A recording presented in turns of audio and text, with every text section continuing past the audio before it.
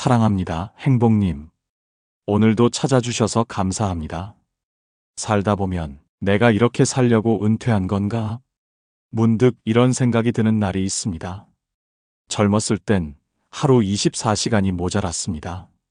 눈 뜨면 출근, 회의, 야근, 아이들 뒷바라지. 바쁘게 돌아가는 일상이 우리 인생이었죠. 그런데요, 정년 퇴직하고 나면 24시간이 남아돕니다. 아무데도 출근하지 않고 아무도 날 부르지 않아요. 처음엔 좋습니다. 이제 좀 쉬자. 나를 좀 돌보자. 한두 달은 그렇게 여유가 달콤하죠.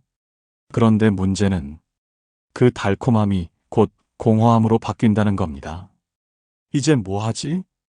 하루가 너무 길고 자꾸 멍하게 스마트폰만 들여다보다가 밤이 되고 또 아침이 되고 연금도 괜찮고 아이들도 다 컸고 경제적으로는 딱히 불안한 것도 없는데 왜 이렇게 허전하고 지루하고 외로울까요? 혹시 여러분 이게 남 얘기 같지 않으시다면 오늘 영상 꼭 보셔야 합니다. 지금부터 퇴직 후 당신의 삶을 완전히 바꿔줄 취미생활 이야기. 단순한 소일거리가 아니라 당신의 자존감, 건강, 관계까지 몽땅 살려줄 이야기 시작합니다. 오늘 주제가 마음에 드신다면 구독과 좋아요 눌러주세요. 여러분의 마음을 안아주는 좋은 컨텐츠로 보답하겠습니다. 은퇴는요, 단지 일을 그만두는 것이 아닙니다. 당신이 평생 쥐고 있던 정체성을 잃는 순간입니다. 회사에서 나는 팀장이었고, 학교에서는 선생님이었고, 가정에선 가장이었고, 어딜 가든 불리던 역할이 있었습니다. 그런데 퇴직하고 나면 그 역할들이 한순간에 사라집니다. 그때부터 우리 안에 이상한 감정이 하나씩 피어납니다. 나 지금 뭐 하는 거지? 이렇게 살다가 그냥 죽는 거 아냐? 나 점점 투명인간이 되는 것 같아. 이 감정의 정체가 뭔지 아십니까? 첫 번째, 시간의 주도권을 잃은 충격입니다. 40년 넘게 우리는 누군가의 시간표에 따라 움직였습니다. 학교 종이 울리면 들어가고, 상사가 부르면 회의하고, 심지어 식사 시간도 정해진 시간에 먹었죠. 그런데 갑자기 모든 시간이 자기 마음대로가 되면 대부분의 사람들은 그걸 감당하지 못합니다. 그 자유가 기쁨이 아니라 불안이 됩니다. 내가 이 자유를 제대로 쓰고 있는 걸까? 아무것도 안 한 채 하루를 날려버렸네. 그리고 자기 혐오가 시작됩니다. 두 번째, 일의 부재는 자존감의 붕괴로 이어집니다. 지금 뭐 하세요? 아, 그냥 놀아요. 이 말이 생각보다 사람을 망가뜨립니다. 이를 통해 사회와 연결돼 있었고, 능력을 증명했고, 존재 가치를 느꼈던 사람이 이제는 아무도 자신을 찾지 않고 쓸모가 없는 사람처럼 느껴지는 거예요. 세 번째, 대우의 변화입니다. 그래도 내가 부장까지 했는데, 그래도 내가 교장 출신인데, 그 그래도가 퇴직 후 1년 지나면 사라집니다. 이젠 그냥 동네 아저씨, 아줌마입니다. 집에서는요? 당신 요즘 뭐 하냐? 집에 있으면 집안일이라도 좀 도와줘요. 결국 식충이 소리 듣습니다. 이걸 인정하기 싫어서 괜히 옷만 빼입고 골프장 가고 등산 모임에서 목소리 커지고 허세로 남은 자존감을 지키려 하죠. 그런데 그거 아십니까? 이 허세는 본인만 모르는 병입니다. 겉으론 멀쩡해 보여도 속은 공허하고 슬프고 부끄럽고 우울증이 그 안에서 조용히 자라고 있습니다. 그래서 말입니다. 행복한 은퇴는 돈으로만 되는 게 아닙니다. 우리를 망가뜨리는 건 돈이 없어서가 아니라 내가 누구인지 모르겠는 공허함입니다. 그걸 해결하는 방법은 결코 비싼 강좌도 멀리 떠나는 여행도 아닙니다. 내가 다시 나로 살아가는 법, 그게 오늘의 핵심입니다. 사람들은 은퇴 준비를 말할 때 늘 돈만 생각합니다.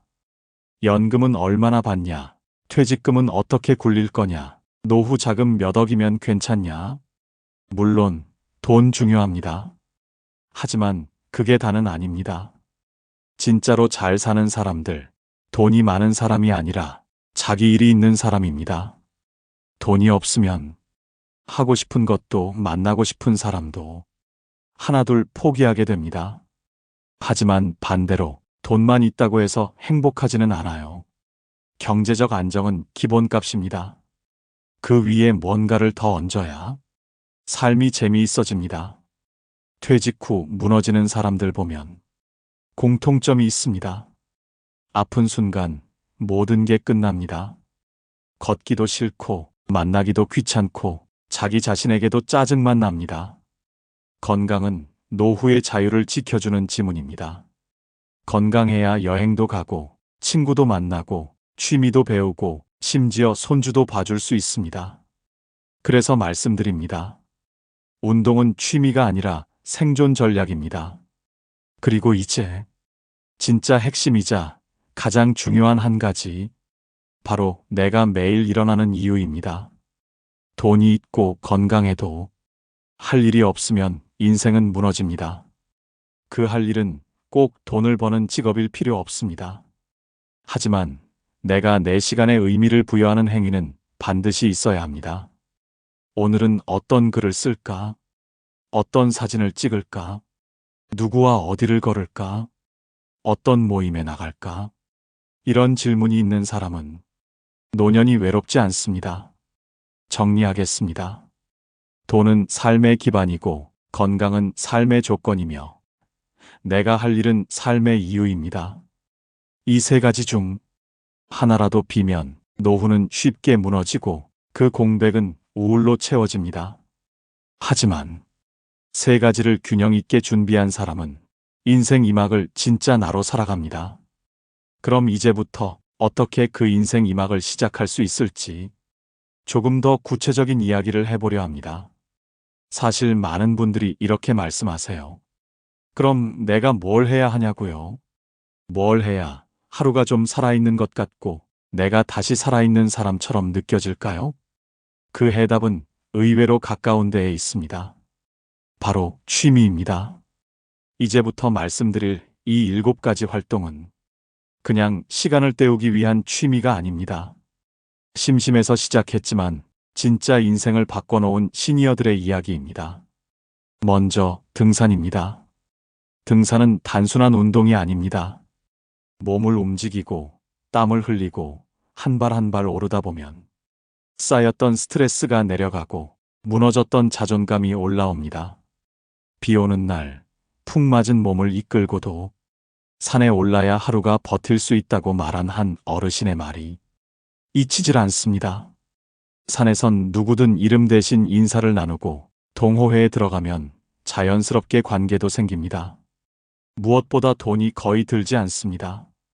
단 신발과 스틱만큼은 몸에 맞고 튼튼한 걸 준비하세요. 그리고 꼭 기억하세요. 누우면 춥고 걸으면 산다. 이건 말이 아니라 실제입니다. 두 번째는 글쓰기입니다. 많은 분들이 글을 쓰면 누가 읽을까 걱정하시지만 사실 중요한 건 누가 읽느냐가 아닙니다. 내가 내 삶을 정리하고 감정을 들여다보는 그 과정이 가장 큰 선물입니다. 블로그든 다이어리든 한 줄이라도 매일 써보세요. 책을 출간한 시니어 작가들도 처음 시작은 그냥 오늘 기분 한 줄이었습니다. 그 글이 쌓이면 삶이 정리되고 어느 날 보면 내 이야기가 누군가에게 위로가 되어 있을 겁니다. 세 번째는 그림 그리기나 종이 접기입니다. 그림은 잘 그리지 않아도 괜찮고 종이 접기도 처음엔 모양이 엉망일 수 있습니다. 그런데 이상하게 손을 움직이고 색을 고르고 작은 무언가에 집중하다 보면 머릿속이 맑아지고 마음이 가라앉습니다. 손을 움직이는 건 곧 뇌를 자극하는 일이고 그래서 치매 예방에도 도움이 된다고 합니다. 치매 판정 직전 종이 접기를 시작했던 한 어르신은 3년 뒤 복지관 강사가 되어 계셨습니다. 하루 한 개 꾸준히만 하셔도 내가 만든 작품이 내 기분을 바꾸기 시작합니다. 네 번째는 컴퓨터나 스마트폰 배우기입니다. 처음엔 어렵게 느껴지죠. 그런데 스마트폰 하나로 세상과 다시 연결될 수 있습니다. 글을 쓰고 사진을 찍고 SNS를 통해 친구를 사귀는 어르신들도 많습니다. 실제로 복지관 수업에서 스마트폰을 배우고 동네 사진 동호회에 가입해 사진전을 열게 된 분도 있습니다. 디지털 기계는 차가워 보이지만 사람을 만나게 해주는 아주 따뜻한 도구입니다. 처음만 넘기면 그 다음부터는 세상이 훨씬 가까워집니다. 다섯 번째는 유튜브입니다. 유튜브 하면 젊은 사람들만 하는 거라고 생각하기 쉽지만 실제로 많은 시니어분들이 자신만의 채널을 운영하며 삶을 공유하고 있습니다. 실어증을 앓고 계시던 한 어르신은 블로그에 사진과 짧은 글을 올리기 시작하면서 조용히 자신의 언어를 회복했고 지금은 유튜브 채널을 통해 사람들에게 깊은 위로를 전하고 있습니다. 핸드폰 하나면 충분합니다. 내용은 거창하지 않아도 됩니다. 진심이 담긴 이야기면 그 자체로 귀한 콘텐츠입니다. 여섯 번째는 봉사활동입니다. 식물을 키우며 무료하게 지내던 한 어르신은 지역 도서관에서 어린이 책 읽어주기 봉사를 시작하셨습니다. 그 아이가 웃는 걸 보며 내가 아직 쓸모 있는 사람이라는 걸 느꼈다고 하시더라고요. 그 말이 참 오래 남았습니다. 우리는 누군가에게 도움을 주는 순간 삶의 의미를 다시 느끼게 됩니다. 크고 어려운 일이 아니어도 괜찮습니다. 복지관, 도서관, 지자체 홈페이지만 살펴봐도 당장 할 수 있는 일들이 넘쳐납니다. 작게 시작해보세요.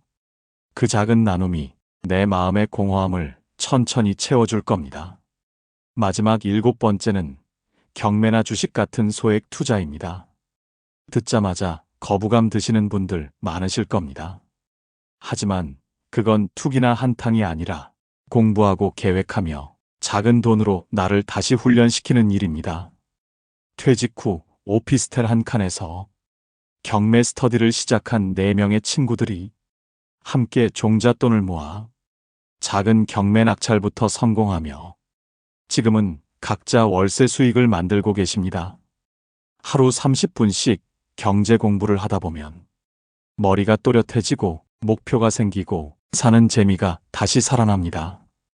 돈을 버는 것보다 더 중요한 건 내가 아직 뭔가를 해낼 수 있다는 그 느낌입니다. 그 느낌 하나가 사람을 다시 일으킵니다. 여러분, 지금까지 들은 이야기 중에 하나라도 저거 나도 해볼까?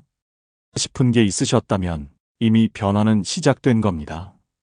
그런데요, 막상 하려고 하면 어디서부터 시작해야 할지 막막하다는 분들 많으시죠?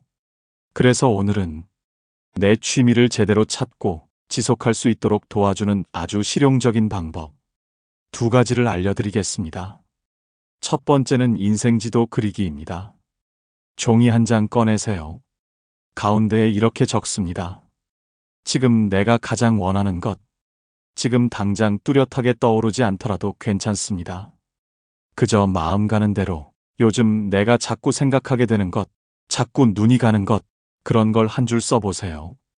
그 다음엔 종이를 동그라미로 나누어 5칸을 그립니다. 건강, 관계, 취미, 일, 성장. 이 5가지 주제 중에서 각 영역에 내가 요즘 하고 있는 일 1가지, 그리고 앞으로 꼭 해보고 싶은 일 1가지씩을 써보는 겁니다. 예를 들어볼까요? 건강 매일 저녁 걷기 중, 관계 한 달에 한 번 친구와 전화, 취미 유튜브 구경만 하는 중, 일 없음, 성장 책을 끝까지 읽은 지 오래됨. 이렇게 현실을 써보고 나면 무엇을 보완해야 할지, 무엇이 나를 다시 일으켜줄지 조금씩 감이 잡히기 시작할 겁니다. 이걸 한 달에 한 번씩만 해보세요. 내가 바라는 방향이 어디인지, 내 마음이 어느 쪽으로 움직이고 있는지를 차츰 알게 됩니다. 그리고 2번째는 버킷리스트 작성하기입니다. 버킷리스트 하면 너무 거창하게 느껴지실 수도 있어요. 하지만 꼭 죽기 전에 할 일이어야 할 필요는 없습니다. 그냥 해보면 내 인생이 조금 더 반짝일 것 같은 일, 그걸 적어보는 겁니다. 예를 들어 이런 식이죠. 기타 한 곡 완주하기, 동네 사진전 열기, 손주랑 여행 가기, 내 이름으로 블로그 만들기, 나만의 요리책 만들기. 처음엔 막연하더라도 자꾸 적다 보면 구체화되기 시작합니다. 그리고 그 중에서 지금 가장 마음이 끌리는 것 하나를 먼저 해보는 거예요. 중요한 건 그걸 해야 할 일로 만들지 않는 겁니다. 하고 싶어지는 나를 만드는 겁니다. 내가 뭘 좋아하는지, 뭘 할 때 시간 가는 줄 모르는지, 그걸 찾는 순간, 은퇴 후의 삶은 완전히 달라집니다. 여러분, 어느 나이에 시작해도 늦지 않습니다. 진짜 나다운 인생은 이제부터 시작될 수 있습니다. 그 출발선에서 종이 한 장과 펜 하나, 그리고 솔직한 나의 마음이면 충분합니다. 프랑스 계몽주의 철학자 장 자크 루소는 말했습니다. 사람은 두 번 태어난다. 한 번은 생물학적으로, 그리고 한 번은 자기가 진짜 누구인지 알게 될 때, 우리가 그동안 살아온 인생을 가만히 돌아보면 나라는 이름보다 엄마, 아빠, 선생님, 팀장님이라는 이름으로 더 많이 불려왔던 것 같습니다. 남을 챙기고, 가정을 책임지고, 사회에서 인정받기 위해 참 많이도 애썼습니다. 그런데 이제 문득 이런 질문이 들죠. 나는 누구였을까? 가족을 위해 포기했던 나, 세상이 요구하는 역할에 맞춰 살아온 나, 그래서 진짜 내가 뭘 좋아하고 무엇을 원했는지조차 희미해진 채 살아온 시간들, 그 시간 위에 이제는 진짜 나를 꺼내야 할 때입니다. 이제는 누구의 엄마도 누구의 부하 직원도 아닌 그저 나로 살아도 괜찮은 시간. 그런데요, 그렇게 살기 위해 우리에겐 한 가지가 꼭 필요합니다. 바로 꿈입니다. 지금 나이에 무슨 꿈이야? 이렇게 말하는 분들 정말 많습니다. 하지만 꿈은 나이의 문제가 아닙니다. 가슴이 뛰는지의 문제입니다. 누구에게 보여주기 위한 것도 아니고 돈이 되는 것도 아니어도 됩니다.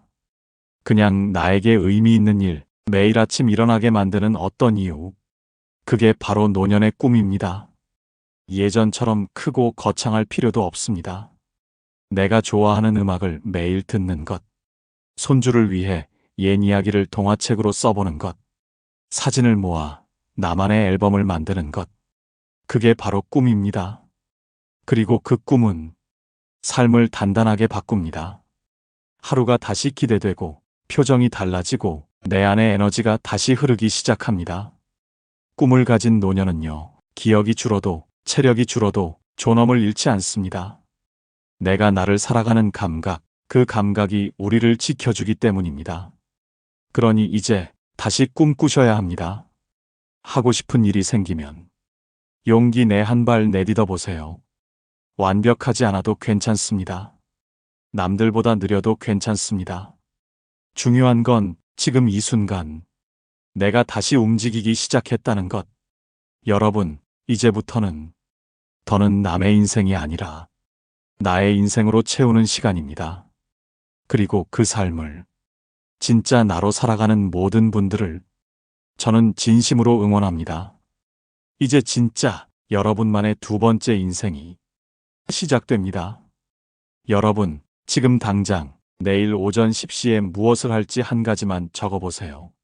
산책을 나가보겠다. 도서관에 들르겠다. 글 한 줄이라도 써보겠다. 무엇이든 괜찮습니다. 지금 이 순간 작은 계획 하나를 세우는 것. 그게 바로 내 삶의 주도권을 다시 찾아오는 첫걸음입니다. 우리는 종종 거창한 변화만을 변화라고 생각하지만 사실 인생을 바꾸는 건 그리 대단한 일이 아닙니다. 아침에 조금 더 일찍 눈을 뜨는 것, 스스로에게 잘하고 있어라고 말해주는 것, 그리고 하루에 단 10분이라도 나만을 위해 쓰는 것, 그 사소해 보이는 한 걸음이 우리의 나머지 인생을 완전히 바꿔놓을 수 있습니다. 여러분, 은퇴는 끝이 아닙니다. 진짜 나로 살아가기 위한 두 번째 인생의 출발점입니다. 그리고 저는 지금 이 영상을 끝까지 시청해주신 여러분이야말로 그 두 번째 인생을 가장 멋지게 살아갈 준비가 된 분들이라고 믿습니다. 여러분, 당신 인생의 황금기는 지금부터입니다. 이제 다시 살아보는 겁니다. 이번에는 오롯이 나 자신으로. 감사합니다. 그리고 진심으로 응원합니다. 오늘 영상을 보며 여러분은 어떤 생각이 드셨나요? 여러분의 경험과 생각을 댓글로 나눠주세요. 여러분의 이야기가 누군가에게 큰 위로와 깨달음이 될 것입니다. 오늘도 끝까지 시청해주신 여러분께 깊은 감사를 드립니다. 오늘 영상이 도움이 되셨다면 소중한 분들께 공유해 주시고 구독과 좋아요로 저를 응원해 주세요. 여러분과의 소중한 연결이 저에게 큰 힘이 됩니다. 오늘도 여러분의 행복을 빕니다. 이상으로 행복 주문서였습니다.